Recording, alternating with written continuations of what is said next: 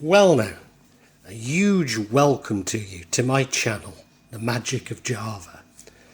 This is my fourth book in the series, and this is called The Phoenix and the Creatures of Darkness. Now I want to emphasise that this is a novel, and only a novel. Yes, it is based on real people, even some celebrities, and real events. But I need to apologise to you if you feel you've identified yourself, because that was never my intention. The intention is for this simply to be a novel, an entertainment for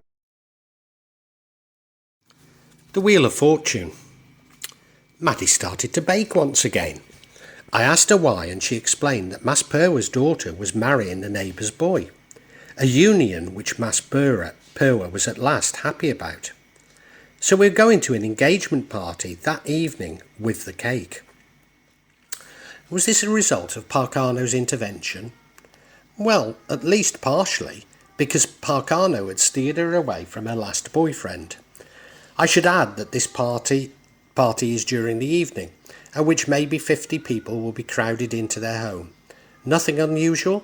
Well, we're still under the health crisis restrictions and not really meant to go out at night, and certainly not to congregate. The only person to turn up in a mask was the local government official, which sums up life in Ardesa. At the party, the fiancé said that he would be taking Mas Purwa's daughter to live with him in Jakarta, which didn't please Mas Purwa at all. But I was reminded that when I read her tarot, I told her that she would get married and move to Jakarta. At the time she seemed pleased, so I guess that she doesn't share her father's feelings. Nevertheless, she came to see me the next day to ask if she was doing the right thing. The tarot suggested that her fiancé was a good man, but that she would become bored with him, and that if she did have an affair, maybe she would have many, that everything could go very badly. Unknown to me, she told Maddie that her mother had talked her into the marriage and that she had no feelings for this man. A few days later it occurred to me that he was gay and his mother was pushing him to get married, as being openly gay has become somewhat dangerous, even in Jakarta. 2 days later, Mas Purwa collapsed in a field. People speculated that this was due to hunger, as since the health crisis the family had not been getting enough to eat.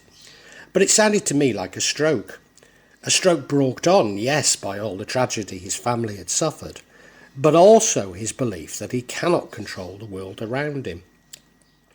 I recalled first meeting him at our wedding, and he seemed to be the fittest person from the Desa, both mentally and physically, and now he would be the least.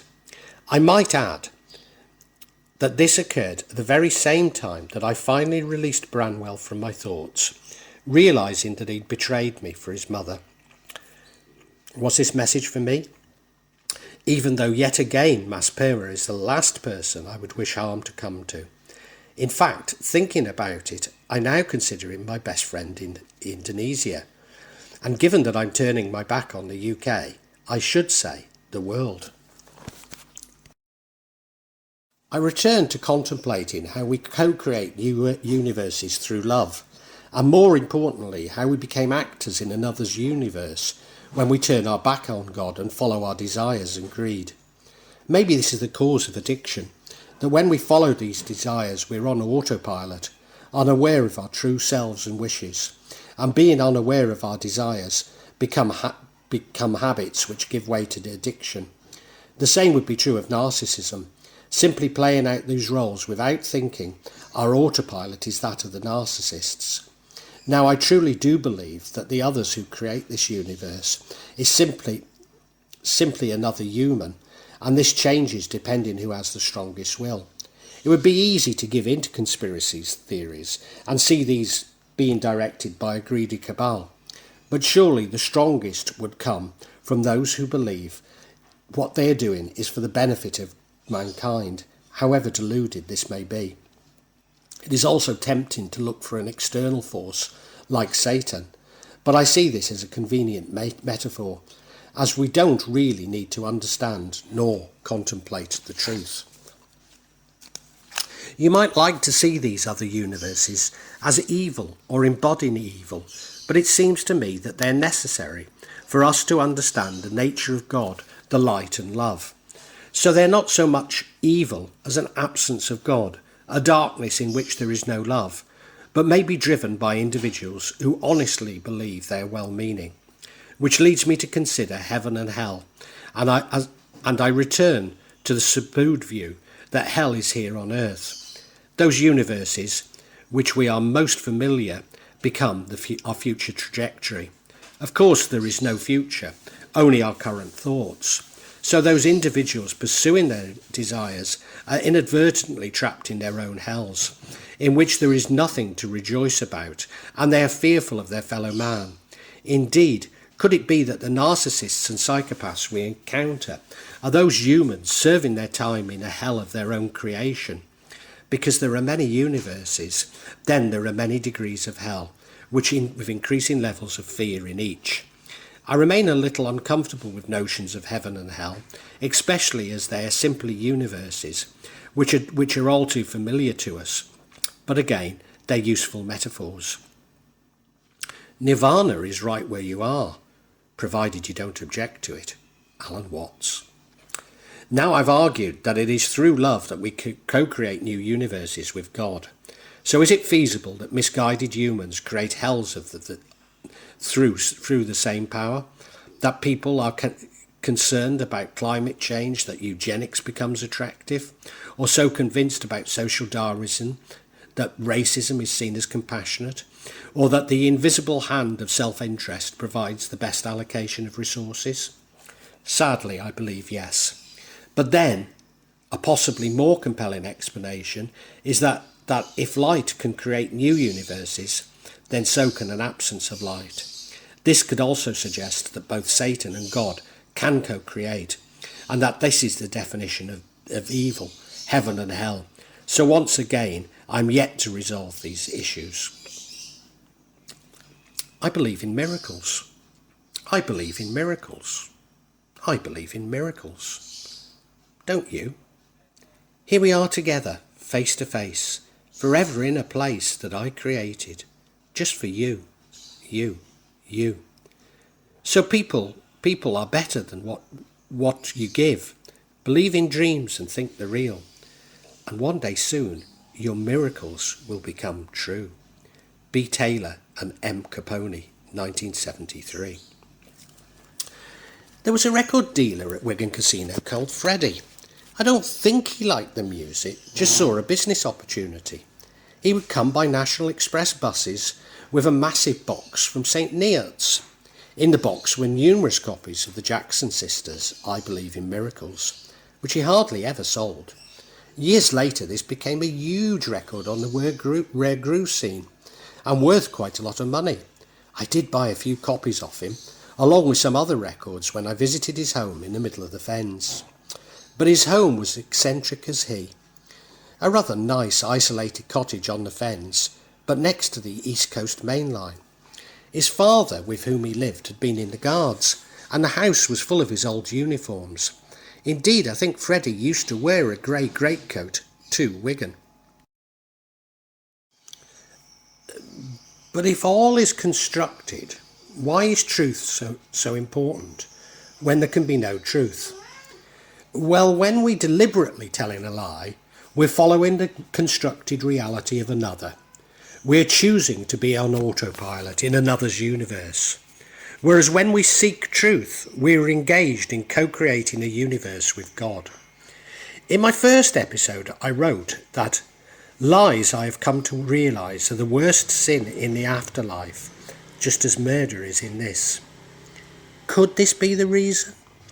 For if we are destined to another's constructed universe, which you might see as hell, and most probably somewhere we keep running to until our lesson is learned.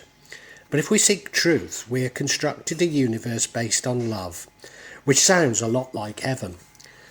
This would be the reason why as Muslims we believe that Allah judges our intentions and not our outcomes, because intention is something we are responsible for, a part of our free will. Now, if we add to this idea the co-creation of universe, my father's comments that they're playing a role, we could certainly see it as there being universes in which we are little more than avatars, playing our predefined roles in these universes, and our free will being only that which we choose to join these universes through not seeking the truth, through greed and desire. Certainly using the game analogy, or the concept that we live in a simulation, if you can accept that maybe we do live in a simulation, why would there be only a single simulation? Surely there wouldn't. So we can skip between simulations, as I've argued, we skip between universes, in some of which we have more control. We have more control than that of an avatar. But could my father's comments also have been intended as advice to me? If I recognise others as mere avatars, then why should I have emotional attachments to them? It's as crazy as getting into a heated debate with a bot on social media, something we all do with increasing regularity. So me breaking my emotional ties to Branwell and my mother are not treasonous acts, but sensible things to do, analogous to no contact with the narcissist. I find the concept of avatars is well used within the New Age community to describe the life planning phase between reincarnation, and that most certainly this is not what I'm referring to. But there's also a concept of there being very different trajectories between light workers and non-light workers. Now, the word avatar is not used to describe non-light workers, but this would imply that the numbers of avatars are much greater than simply narcissists and embody the greatest proportion of the population. This concept suggests that this majority is a little more active than my concept of avatars, but nevertheless have a more restricted role than that of light workers. I'm not sure that I'm ready to take on board this new concept, but know that one day I will return to it. Turning to classical narratives, an alternative for avatar could be Golem. But I have resisted this term as they are only metaphorically created by humans, nor even a rabbi. However, that they willingly volunteer to become avatars as the greatest resonance with elements of the Golem story. A further alternative is provided by Rudolf Steiner, who describes them as moral automata. These arguments could be taken further to argue that committing inhumanities, including murder, to these avatar beings is not wrong. But that is a Heathcliff-like seduction, extrapolating beyond morals. Nevertheless, there is no hierarchy of righteousness among avatars, so I should treat my mother, Branwell, my ex-partner, Omuni, and Adolf Hitler with the same lack of concern. Does this mean that Branwell was beyond my help? No, certainly not. It's up to me to co-create my universe, which is full of love, and in hope that Branwell is attracted to it. But of course, it might be equally attractive to Omuni, and that's the whole point. I need to build on this state of bliss so that my son eventually steps into it with me. But the only way to create bliss is to be totally devoid of judgment, to love all equally, including those we see as our adversaries, even evil. Then I must realise this is exactly how Maddie behaves. So once again, she is well ahead of the rest of us, whilst pretending to be completely ignorant. I remember how she felt that my mother was important when she lost her mind, and urged me to visit her. She made a point of always telling me that how much she loves her, despite my mother having gone out of her way to upset her on Maddie's visit to the UK. Yes, Maddie really does love everybody and goes out of her way to show it to everyone. Am I actually saying that Adolf Hitler is no worse than my son? Well, I've consistently argued that it's not for me to judge, and that's Allah's realm. But the misdemeanour was engaging in the malicious universe, not the actions within it. Something we're all guilty of.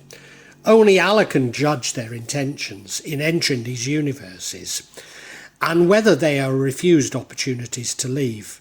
So once again, I find myself arguing against human-imposed justice in retribution. Interestingly, it's reported that Hitler was also a fellow INFJ.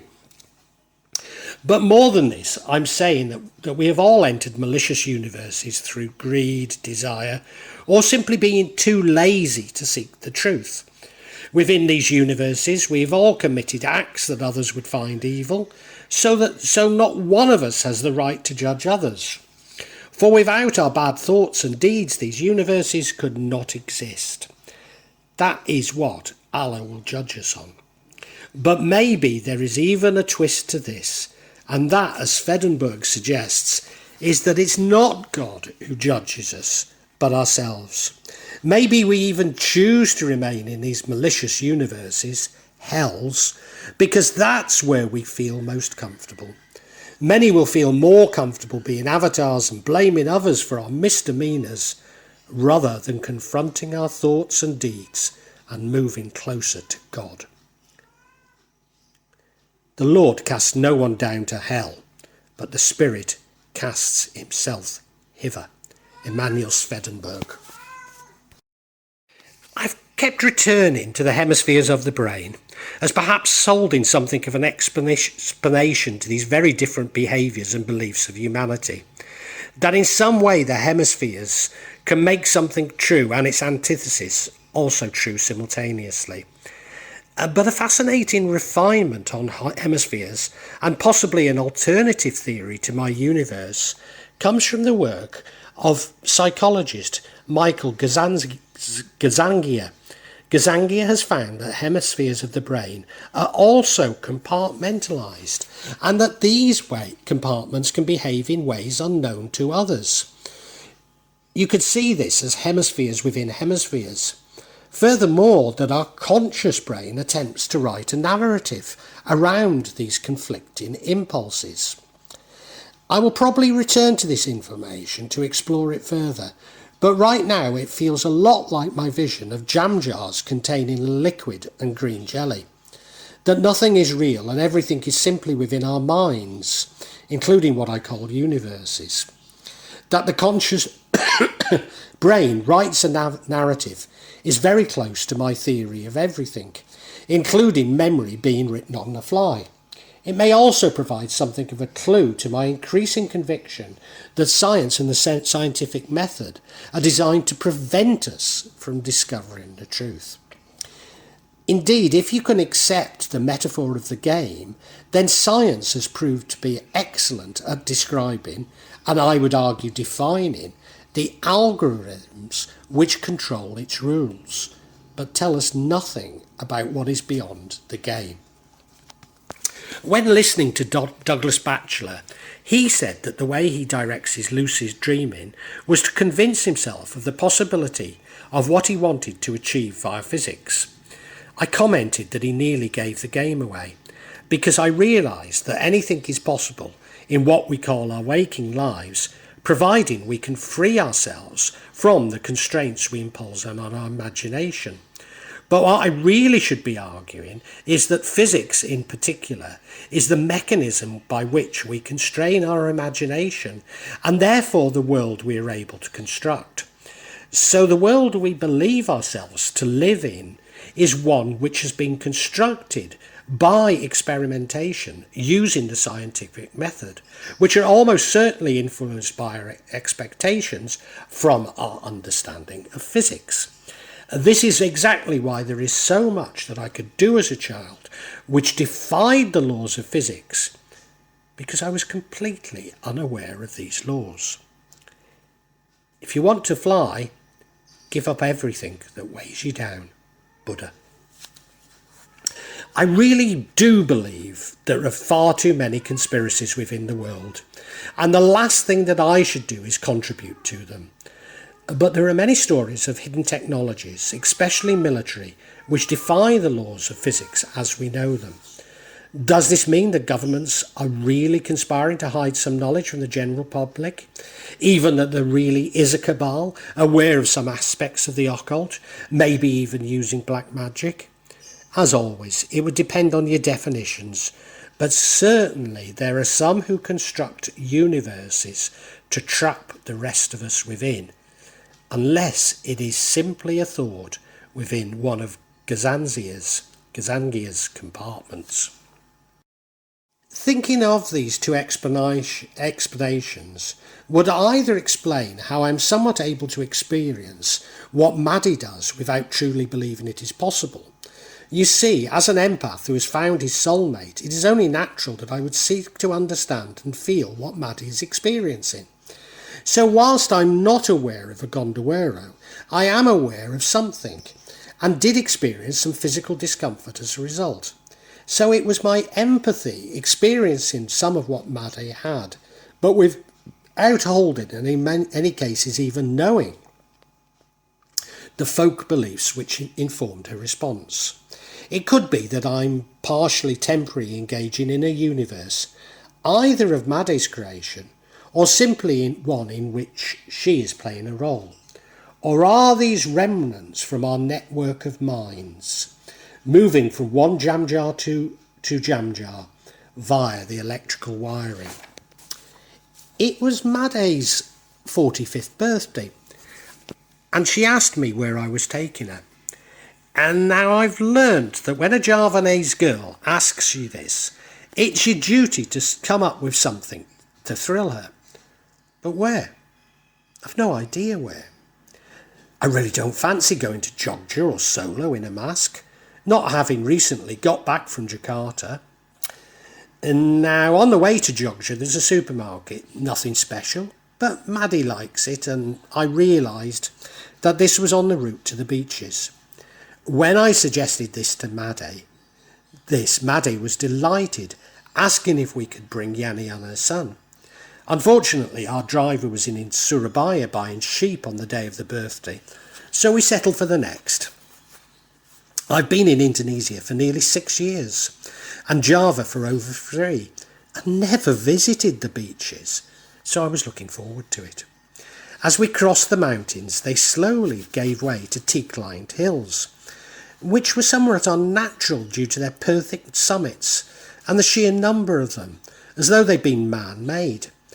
Indeed, our driver claimed that it was the set for Teletubbies, which, despite being filmed in Warwickshire, a number of locations in Indonesia compete for this accolade, a microcosm of Indonesia's approach to place marketing.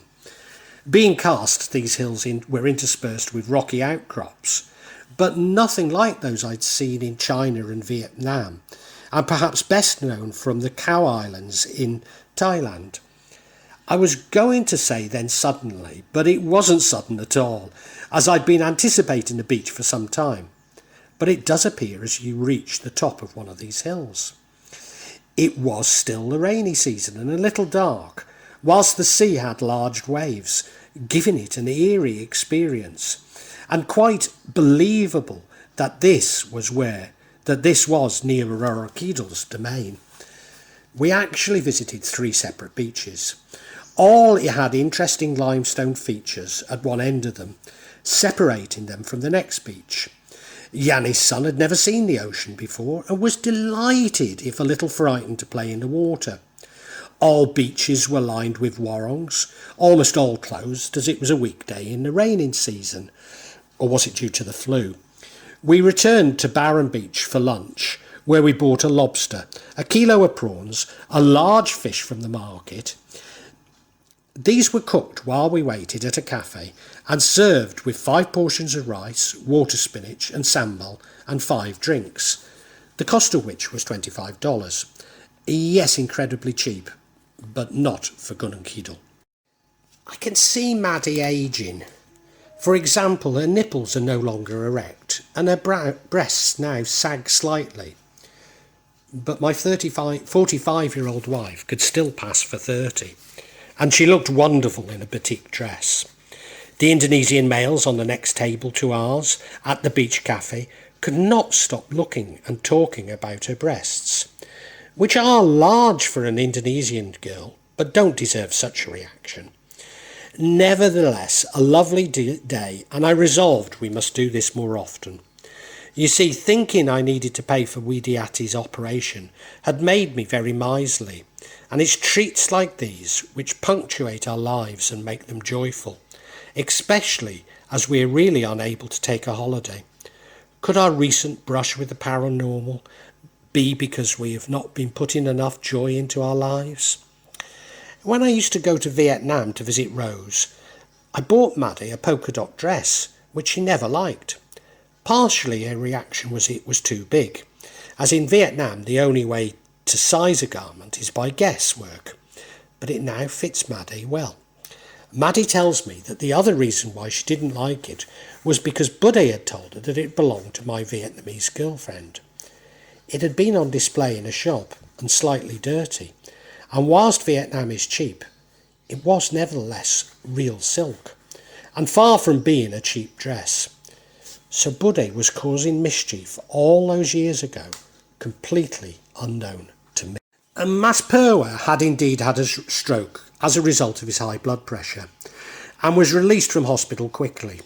Yanni was the first to visit him, giving him a good telling off, explaining that following his son's death, he had kept his daughter on a short leash, not in allowing her to leave the house. He had then encouraged her to accept this marriage proposal, but he was now worried because she would be leaving him for Jakarta. Yanni told him to pull himself together, as how could the family survive without him working? I recall how I had developed hypertension after the love bombing phase which my ex-partner ended, and how a good many of the symptoms I have suffered over the years could indicate heart disease. When we visited Mas Perwa, it didn't seem so bad, and his blood pressure was not that high. I think this was a warning to us, that he had tried to control his environment and micromanage all around him, when this is Allah's realm. Especially at a time like this, our leaders have tried to control God's creation, put in place systems to ensure that man is in control. But now these systems have enslaved humanity. Why are we so fearful of so many natural events that our reaction to them is causing more harm than the event itself? I simply expressed to Mas Perwa that he should submit to Allah and not try and second guess what Allah wishes. Indeed, Mas Perwa recovered very quickly, reflecting the original strength, the inner strength that I'd originally seen in him. I say recovered, but he's feeling emasculated, unable to work, and his wife and daughter are now taking decisions without him. In particular, he wants his daughter to remain in Gunung Kidul and not join her husband in Jakarta, whilst the daughter's only reason for marrying the man is to escape to Jakarta. The following Monday evening after Maghrib, I began to fart, which were incredibly smelly, and shortly afterwards I noticed so was Maddie. I realised this was Uni sending the Gundawaro to us once more, and we were effectively cleansing ourselves. We both had somewhat restless nights, with both of us burping and farting all night. But we awoke knowing that we'd been successful in our fight, and when I had a large poo that morning, I was sure that we were close to winning this particular battle. I finally walked to the Pasar market and found everything to be normal. Indeed, a number of people joked about the health measures, despite us supposedly being in a red zone. Although the post office now opens 30 minutes later, meaning my walk home is when the sun is high in the sky. They claim this is related to the health crisis. Or could it be influenced by the fact that the Indonesian post office is losing money? Indeed, our little corner of Java feels once again like a microcosm of the world at large. It's obvious that there is much less money coming into the area. Many businesses have gone bankrupt. But most people have opened some sort of business to secure at least a little of the money that's left in the area, some of which have already folded. These new businesses will have bought new equipment and stock, often via bank loans. We are told that this is economic efficiency and that churn in business stock is a good thing. But good for who? The business suppliers, the equipment suppliers, and above all, the banks. Months later, the Alpha C store changed from being 24-hour opening to opening at 7, meaning that it's now 8 o'clock before I arrive home and the sun is already high in the sky. It would never enter the heads of executives in Jakarta that country people would want to shop before 7 and that few of us have cars. In fact, the health crisis really exposed how business decisions are taken in Indonesia based on the preferences and prejudices of business executives rather than market research. Maybe this is true of the world over, but few places have such an unequal distribution of wealth as Indonesia, and therefore very different lifestyles between customers and executives. Pakano returned from his meditation, and we visited him with Mas Purwa's daughter, who was clearly troubled by a pending marriage. Pakano confirmed that her future husband was a good man and he would provide everything that she wanted. However, he said that they were incompatible and that it would be hard work. He also said that if she were to have an affair, that it would end badly. Pakano did not mention the future husband was gay, and when I mentioned it to the daughter, she seemed to dismiss it. Pakano checked on the daughter, who was found to have a love pellet within her from the previous Premium boyfriend. For the first time, it could be removed simply by laying his hand on hers, and he had to place his hand on her back. It could not be removed simply by laying his hand on hers, and he had to place his hand on her back, something I'd seen many Dukan and Pa Ustads doing, but I was a little surprised to see Pakano doing it. Pakano felt that Mas Purwa's stroke had been brought on by black magic, especially since their previous night, Mas Purwa had had many nightmares. He refused to say who had sent the malevolence to Mas Purwa, but as he stated that Maddie's brother had turned his attention away from us, there was an obvious conclusion to be drawn, not least as there's no love lost between Mas Purwa and the Dukan brother-in-law. Nevertheless, Mas Purwa's own step-brother is a Dukan and has been experiencing some paranormal problems recently, so maybe I should not jump too quickly to conclusions. Maddie spoke about the Gundawero and was corrected by Pakano, saying that it was a Weiwei Gumble. So everybody got it wrong all along. Of course, we might also have a Gundawero in our home, but it doesn't seem to be troubling anyone. A Weiwei Gumble is a spirit of a woman from Semarang with very large breasts, who was abandoned by her husband after it was found that she was barren. The Weiwei Gumble found her husband with another woman and killed him. After she was chased out of the desa, she committed suicide. She now seeks revenge by abducting children who have been mistreated or neglected by their parents. She treats these children lovingly as a grandmother would, taking care of them and protecting them until their parents repent when they are returned. Although the children are said to be fed on human excreta disguised as delicious food, as this makes the child mute and unable to recount their abduction. Pakano explained that the Weiwei Gumble meant no harm to us and was probably just passing through our home as a result of the neighbours leaving food for spirits. Maddie's panic to leave Jakarta had indeed been induced by Omuni, who is not happy with us staying in Jakarta. I speculate that the neighbours in the compound were somewhat aware of what had happened to us in Jakarta, and the sight of us back, strong and happy, has caused him to lose face. Pakano somewhat agreed with my assessment, and that we would continue to grow stronger and not be so troubled by him. Maddie, however, clearly knows far more about Omuni than she's willing to say. I just hope that she can overcome her fears. But she did suggest that he was engaged in black magic rituals in his home, and that he was unable to control the spirit he'd sent to one of his neighbours. And being the closest neighbour, inevitably this meant us, thereby protecting his own home. So maybe so many of the issues Maddie had experienced are because she is able to feel the magic and thoughts that are being conducted next to us, both in Jakarta and Gunung Kidul. Would this mean that so much we suffer is not necessarily directed at us, but simply our ability to pick up on bad thoughts and intent? Probably as a result of all the paranormal activity, Maddie had picked up a jinn, which Pakano removed. So this was responsible for Maddie's nightmares, arthritis and bruises.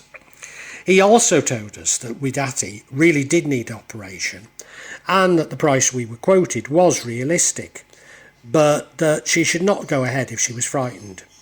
He also told us that Widati's boyfriend was a good man, and they would become happily married. Perhaps most surprisingly, he contradicted what Maddie had always insisted, and told us that Sato Soro was actually a very good day to get married. When I got home, we heard that an old school friend of Titi's had stolen some of her clothing, which she told Pakano about. He told Maddie not to worry, and within an hour the school friend had returned the clothing with a note of apology. Given that I too have been suffering some of the same symptoms as Maddie, I asked Pakano to check me out, even though I felt I had now conquered it. He spent a long time on my hand and found nothing, but he eventually told me that my mother was going to die soon, and that she wanted to see that I was happy. This had been the reason for my emotional outbursts. I'd picked up on my mother's concern, but couldn't really explain what it was all about. In previous episodes, I had speculated that some of what I was now feeling was coming from me feeling my mother's unhappiness. So this seems to be correct. The events of the day somewhat confirmed a view that was becoming more and more apparent to me, and that is some of what I feel is not connected to what Maddie feels at all. Indeed, could my own misfortune be as much to do with connections to the UK as they are to Indonesia? I must apologise to you that some of you will now have read 4 books about me exploring what I believe to be Maddie's paranormal experience, when maybe most of what I feel was simply telepathic connections to my past in the UK. Certainly Maddie was impressed that I had not only had the same telepathic connections as her, but they appeared to be every bit as strong. She later said how happy she was to have met me, that Maddie and I were experiencing different energies but believing them to be the same had so much resonance with my views on co-creation. I've already argued that it's not necessary for us to experience the same phenomena, just enough of it to convince each other that they did experience the same thing. So I could feel Maddie's anguish and also my mother's. But my concern for Maddie, I interpreted what I was feeling as being Gondawaro, which Maddie believed she could feel. And no, it was my mother's sadness at not being able to see me, and not having seen me in some 18 months. As I say, those responsible will at some time pay for this, as that is how the universe works. Reflecting on this, I need to understand that Maddie will always understand her world through Gondawaro, Wewe Gumbel, and a myriad of Javanese traditions. However, I'm beginning to understand that Maddie's are Desa traditions, sometimes called hedgerow magic in the West, and not followed throughout the whole of Java, whereas Pakano's are more from the Kraton, formal ceremonial magic. But these are not my traditions. By all means, I can learn about my wife's beliefs, but they're her beliefs, not mine. No, I have science, psychology, philosophy, and above all, metaphysics, which help me to interpret my experience. There's no need to turn to Javanese traditions, even when in Java. Of course I'm Kajawan, and I have my beliefs. But I should see so many as metaphors, just as I see good and evil, heaven and hell, God, at least in the sense of being an old man with a white beard, and the devil. These metaphors do have an important role in explaining what my traditions, and especially science, is yet to understand. But can it ever, if it finishes where what is really interesting begins? When something is not understood by science, it's swept under the carpet or derided, when maybe a metaphor would serve us better. Certainly the crisis we are now in is a crisis of these traditions and blind faith in science. Now I feel a little foolish that it's taken me so long, 4 years and 4 episodes, to come to this conclusion. Nevertheless, Parkano had picked up on a negative energy within the house in Jakarta, which he claimed came from the disputed sale of it by Ibuerte's family. Maybe this is karma which will mostly affect her family. But could it spill out onto those who own our home? Certainly about a month after leaving the house, Widati and Titi seemed to be falling apart once more. Both seemed to become ill on a monthly basis, necessitating costly visits to doctors. But Widati was depressed, probably because she was unaware, as we were about the limitations she had placed on her future. I've always compared Widati to Branwell, and whilst her problems are nothing like his, they really are so similar. Following the contact with my father and his reassurances that all would be all right, none of this really came as a surprise to me. I have for some time been investigating the practicality of returning to the UK to visit my mum or even attend her funeral. But without being a politician or a celebrity, it looks completely impossible. Whatever the truth about the health crisis, such restrictions are completely inhumane, and those responsible will be punished. If not in this universe, then in another. But maybe, and it's not for me to judge, but those who've issued the orders which led to my father's death will receive a harsher punishment.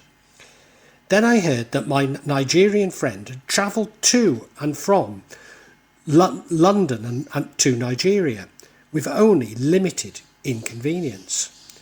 What is happening? Am I misinterpreting the news? Or is it deliberately attempting to stop people from travelling? On reflection, nor was I really surprised that the Duke and brother had stopped attempting to harm Maddie and I. I'd been sending my light to him for some time, and I know now every time I prayed that his family would be released from their karma. Although if he now turned his attention to Mas Perwa, then I'd not been successful in this second quest, or at least not yet. I must admit that I've been concerned about sending the light to others, that it would diminish my own, but was relieved when I came across this quote from the Buddha. Thousands of candles can be lit from a single candle, and the life of that candle will not be shortened. Happiness never decreases by being shared. So that really is the secret of light work that Parkano told me that I'd already discovered on our last visit. The way to influence others is to send light to them, allowing them to share the bliss that you feel. So this is the will that I've considered before, but had overcomplicated it.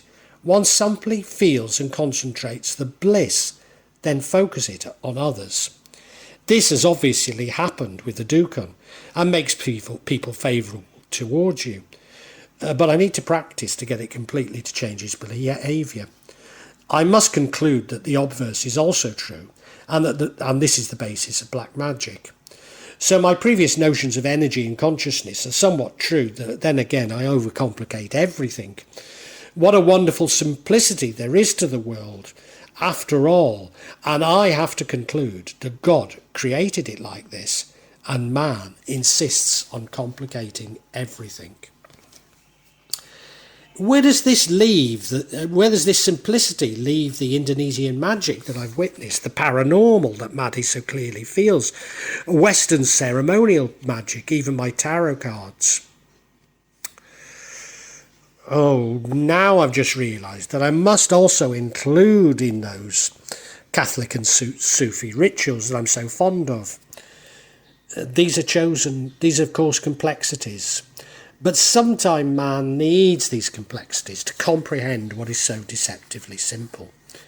Magicians only believe that they're sending Gundawara, jinns and spells, and victims only believe that they've received them. What is really exchanged is a darkness which makes the victim pessimistic and see things through these metaphors. In the West, we see many of these mood swings, depressions, which can indeed lead to physical effects. We can fool ourselves by Western psychiatry, medicines and vaccines work, but what we really need is light to enter our darkness. Although it's interesting to find that some doctors recognise how patients catch the dreams and nightmares of others without daring to publicly speak about it. It's during our darkest moments that we must focus to see the light. Aristotle. Do you recall the young man who'd watched one of my tarot readings and said that he was suicidal? Well, he also claimed that he was jealous of me, having found the light. And this may be the greatest secret of all. I've explored the motivation for black magic, why so many Indonesians want to kill me, psychopaths, the massive increase in the number and influence of narcissists. But once again, this is a complexity. Those without the light, who live in darkness, are jealous of those who found the light.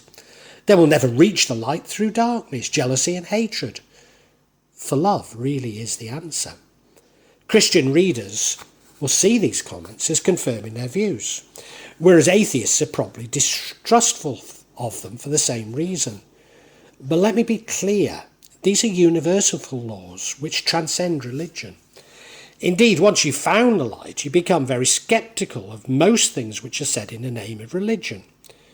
Naturally, I believe God sent us this law, and I must interpret it through my Islamic faith. But that's just me. I only urge you to find the light, not to submit to Allah. There is, however, a further metaphor in all of this, for I've argued that the current crisis is a crisis of complexity, that we have taken the enlightenment way beyond its usefulness and can no longer control its effects. Using AI to control this complexity is like using methadone to control heroin addiction. It only makes sense if you accept the madness of society and its power relationship we have created. When life is so simple, we see salvation in complexity. And while science is the main culprit, religion is far from blameless. What fools we've been to allow ourselves to be enticed by complexity, and that this has led us to darkness. Now I know that Satan is a metaphor, but one that I will now use, for this really is Milton's Satan, as how better to confuse us than by hypnotising us with too much information arising from complexity. Time is the main vehicle for complexity. We're told that our ancestors were simple creatures with limited understanding and control over the world. But could it be that they understood complexity to be the destroyer of knowledge and control over the environment to be unachievable? Complexity increases with information and therefore see entropy as increasing because, like those who rule us, we mistake information for knowledge. In a previous episode, I speculated that our mission was to reduce empathy, and maybe I'm right, as if we reduce information, we can become closer to God. At the time, I questioned how would we know if we'd reduced empathy, but this was based on the assumption that information is knowledge, and now I'm suggesting the exact opposite. Well, that concludes this chapter from my fourth book, The Phoenix and the Creatures of Darkness, and it's actually the final in this series of books. I'm not saying I won't write another book, but I feel this series is now complete. I really hoped you enjoyed it. And now I'm going to add a new chapter every week to this book. So if you want to hear about it, subscribe and hit the bell. Now, I'm not doing particularly well with these eBay, YouTube algorithms. So if you could hit the like button and make some comments, I think it helps me. I hate to ask you for this. I hate it when I hear people coming out with this sort of statement. But the truth is that this has been like a full-time job for the last 4 years of my life. And I'm still a long way off from receiving any money whatsoever for it. So I really do need to, I suppose, beg you. Subscribe, like, make comments. And thank you very much. Thanks.